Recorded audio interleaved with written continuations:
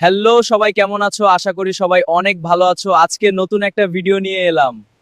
একটা গল্প শুনে আসি। আমাদের দেশে বলে তেলের দাম খুব বেশি, 2700 টাকা করে। আসলে কেল কিন্তু জায়া আমি মরে গেছি কি জ্বালা মেয়ের কষ্ট। ও, কি বলে সবাই, বলো বিদেশে চলো। গাড়ি ভরে আসতেছে বাইরে দেশ থেকে তেল।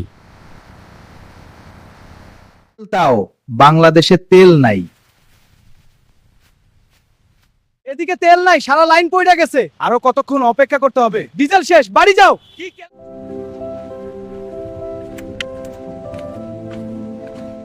সিরাজগঞ্জের এই নদীটা সত্যিই অসাধারণ। চারপাশে এত নৌকা আর মানুষ, খুব ভালো লাগছে এখানে।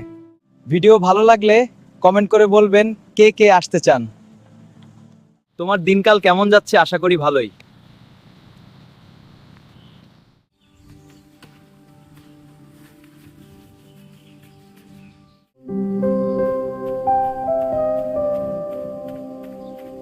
ধান লাগানো শেষ, এবার বাসায় চাই।